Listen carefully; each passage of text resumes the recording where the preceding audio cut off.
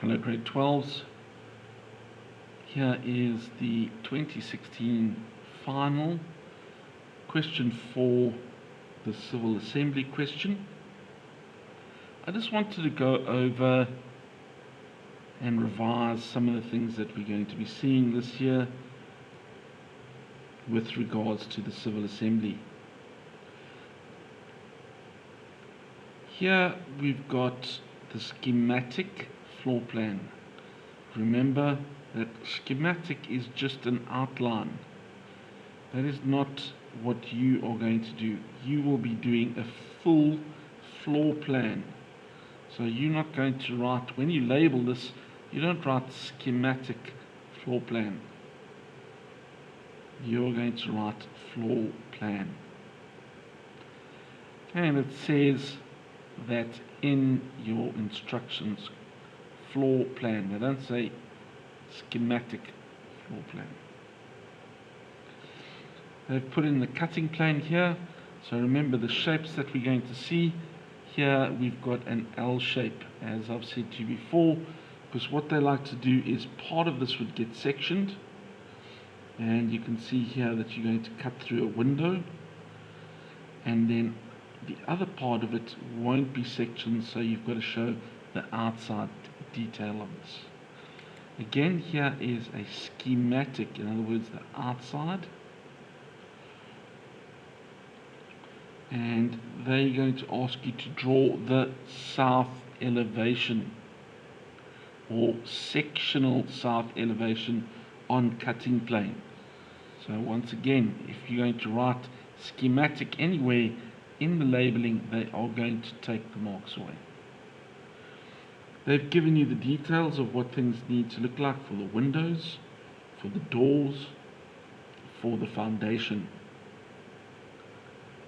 All of this was covered in grade 11. Over here is the new section that we will cover in matric, the roof detail. And again, all the information here is given. You've just got to put it together when you draw your drawing.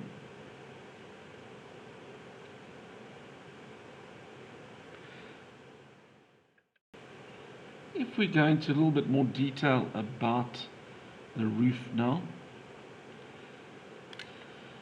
this is the outside detail, and for the IED they've tended to give you a very simple shape like this. More detailed roof trusses where the span, in other words the distance that it's got to cover, is longer, has another line coming in here. But because this is a narrow span, they can use this simple shape. So really you need to be able to draw one of these. Now, what you need to know is that this corner of your roof truss is going to be touching on the corner of this wall plate. In class I spoke about the wall plate. So at the edge of the wall they put a wall plate, which is a piece of timber, and that's why it's got this cross hatched on the end of the shape, indicating it was wood. So at that corner where it touches this top left edge of the wall plate is where the edge of your roof truss must be drawn.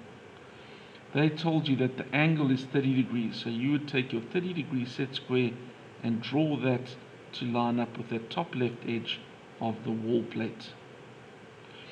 Then you would mark off the thickness. There it's 114.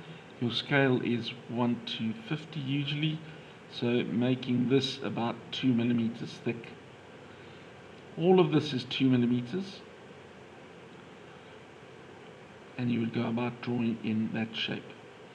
This is the wall, and this is called the beam fill when it goes up to in line with the roof truss. Has to be shown, and when you're drawing it you would then have hatching going up to that space. Very important to have your hatching going in there. Now this part here is your ceiling board. So that is your ceiling board. Here's brandering or battens. So on the bottom of the roof truss, they nail in brandering so that they then can nail in your ceiling. Now on this C/C means center to center. So that means from the center of this to where the next one is going to be 756 millimeters away. Very important, the truss plate is a little rectangle, and the truss plate is a metal sheet that has a punch in it, and it's been punched so it spikes on the one side, and it's basically a big nail. And that's another word for it, a gang nail. And you would have that at all of the intersections where the different parts of your roof truss meet. So generally those four corners. And look at the mark allocation. The mark allocation should also indicate how many you need to have. Now at the end of your roof truss you have a fascia board. A fascia board joins up the ends of your roof truss. A barge board would be the board that is on the same line as the roof truss. So a barge board would fit in this space at the end of the shape. Okay, so in this drawing here, you would see a barge board if we were showing the outside edge over there. Okay, while the fascia board is joining up the edges, here's our fascia board, the fascia board would be seen over there. But in this drawing now, the fascia board is going to be at the end of this part of the roof here. You'd see the fascia board. So in other words, moving along here, you'd see the fascia board.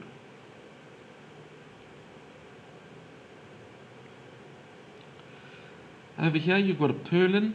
Now a purlin is 76 millimeters by 50.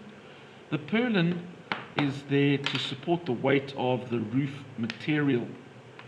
Now when you're going to use something like a purlin is when they're going to use corrugated iron or sheeting, and it's a little bit bigger. You also get roof battens which are also 38 by 38, which means it would be that small and spaced closer. That would be if you're going to use tiles. So if you're going to use tiles, they use this 38 by 38 and it's spaced closer together. Because they're using this purlin, and the size is spaced at 2000 center to center, so the next one is 2000 away. Because it's that far away is because your sheeting for your corrugated iron is those long sheets, and that's why it's spaced that way. Sometimes the shape of this is positioned the other way, because if it's positioned that way, it's actually stronger to support the weight. So they could rotate that way.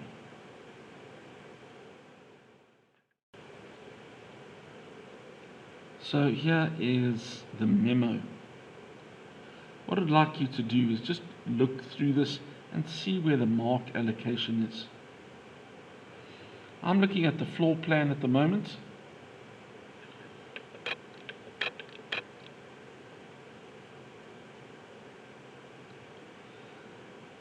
And over here, we've got the mark allocation. So, point 19, this is where the external plumbing marks went. So they wanted you to show how there was piping going from the shower and the basin to the gully, and from the gully, it needed to go to the manhole. See, the toilet was also connected. Remembering that your sewerage line is a dark center line, long dash, short dash. There were 5 marks awarded for the walls. So have you drawn the walls correctly? There's a 20. So all these outside sections, 20, 20. So were your measurements correct? Your hatching, so there were 4 marks awarded. So here's the hatching, 1, 2, 3, 4. So the sort of outside edges. Have you done the hatching for that? Remember to do the hatching as it comes up into the single wall here on the inside. Your windows for 4 marks. So remember that, well, the inside edge was fine. Have you got your lines in here and your window sill? So 2 marks for each window. You might not need to do the inside line. If you did only the outside 2, remember that would be indicating the frame. This inside line for the 3rd line is indicating the glass. Next we've got the door for 4 marks. I've only got 1 door here.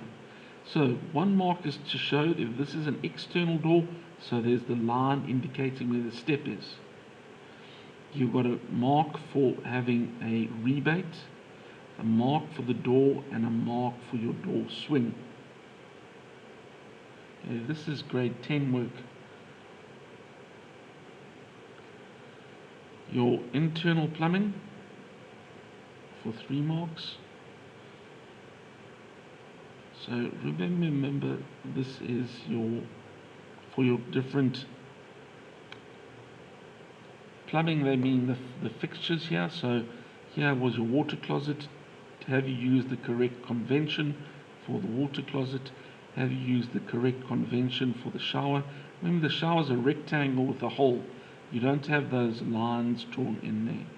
Your basin, so your rectangle with your circle. So have you used the correct conventions?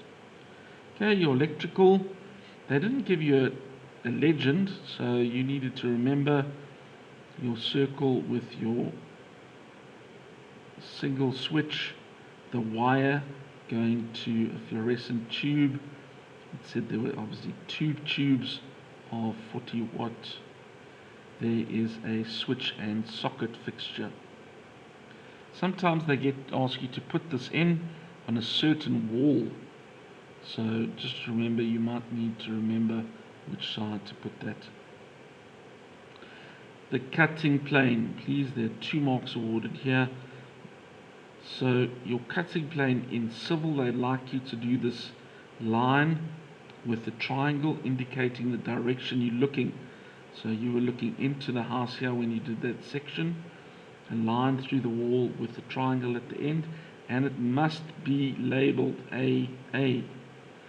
You'll lose marks if it's not done like that. They don't want to see the civil cutting plane, the mechanical cutting plane, where you use the chain line.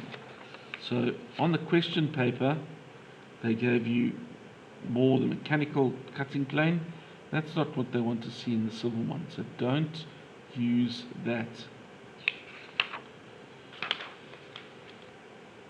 And the last thing was your built-in cupboard. Here was your built-in cupboard. I don't know why they didn't include the diagonal lines, which they also like to do for a built-in cupboard. And that was for 39 marks.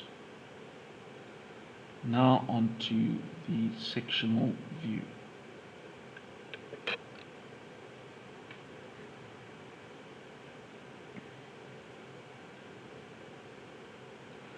Once again, please take a look at the mark allocation. So for your ceiling battens, the ceiling battens, the tiny little small ones, remember that I said have cut, they get nailed into the roof truss so that the ceiling can then be hit in there. The wall plates, so the very tiny little parts with the diagonal line on it that the roof truss hangs on, rests on. The ceiling for 1 mark. The truss plates, there's 4 marks, so make sure that you put in those 4 truss plates. The roof truss, remember I said that corner goes through the corner of the wall plate and extends. They'll tell you how far it is, and it's about 2 millimeters thick. The purlins, there are 4 purlins, so there's the one purlin. Then they said center to center was 2000, giving you where the one is very close to the top there, and you've got 2 on either side. The roof, so have you got the little line on top of that indicating the corrugated iron sheeting. Your purlins, so we've done that. The walls, so they're going to have, is your wall thickness correct, which you should have projected up from your other view, so you would have projected those up, and just it's worth double checking that the thickness of your wall is correct. Remember, the beam fill must go up to the height of the top of your roof truss on both sides, and there should be hatching going in there. Now your floor and foundation, that is, we've been doing this since grade 10. Because this part wasn't sectioned, you obviously don't need to have the undisturbed earth on that side, but because this side you can, my suggestion is don't do it all the way across there. Make a little bubble and then do the beam, the undisturbed earth in that space. Remember all this hatching, remember the line coming across with the DPC, the line coming across, it must be NGL, natural ground level, damp proof course. They have a damp proof course here under the window. So the hatching is worth 10 marks, 10 out of 60, that's quite a chunk, so please make sure you get that correct. And in particular something like your concrete must have your triangles with your dots, and you've also got it there in the lintel. In this, you should just colour in that little space to say that there would have been mortar underneath the windowsill.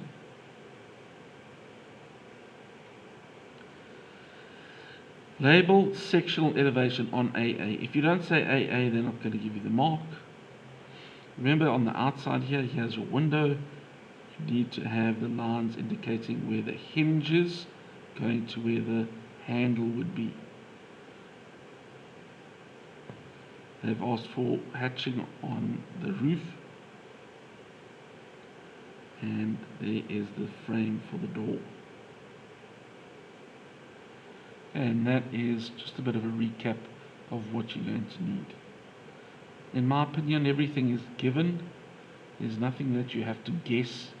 You just have to then take the given measurements, draw it correctly, and then do the correct hatching